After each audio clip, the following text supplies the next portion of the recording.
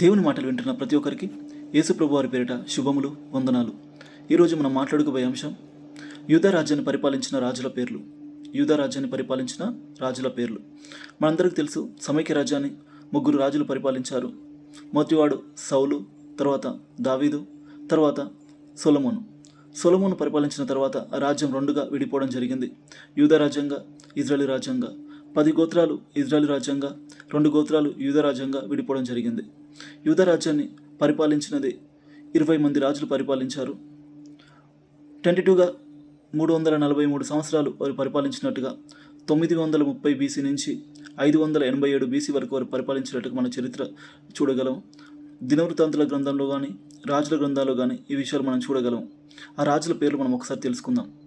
మొదటిగా రెహబాము, తర్వాత అబియాము, తర్వాత ఆసా, యెహోషపాతు, యెహోరాము, అహజ్యా, అతల్యా, యోవాషు, అమజ్యా, ఉజ్జియా, యోతాను, ఆహజు, హిజ్కియా, మనష్షే, ఆమోను, ఏషియా, యెహోయాహాజు, యెహోయాకీము, యెహోయాకీను, సిద్కియా.